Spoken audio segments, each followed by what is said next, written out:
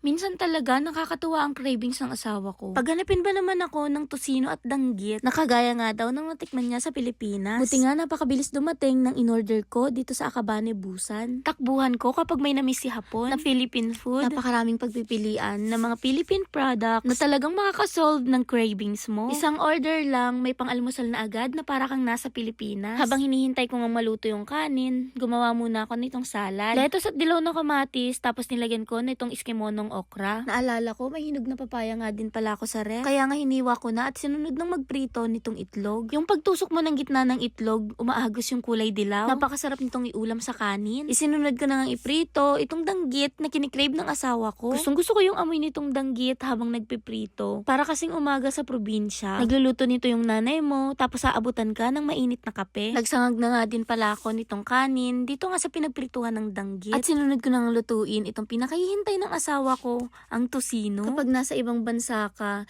yung mga simpleng pagkain ang pinaka nakakamiss. Mainit na kanin, pritong itlog, konting salad, tapos itong tosino at danggit. Simple lang pero nakakagaan ng pakiramdam. Kaya kung nasa Japan ka at biglang nag-crave ng pagkain ng Pinas, may takbuhan nga tayo na Akabane Busan. Kasi minsan, isang simpleng almusal lang nakakapagpaalala na parang nasa Pinas ka pa rin.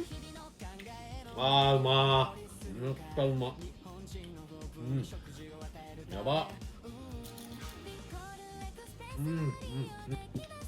뭐?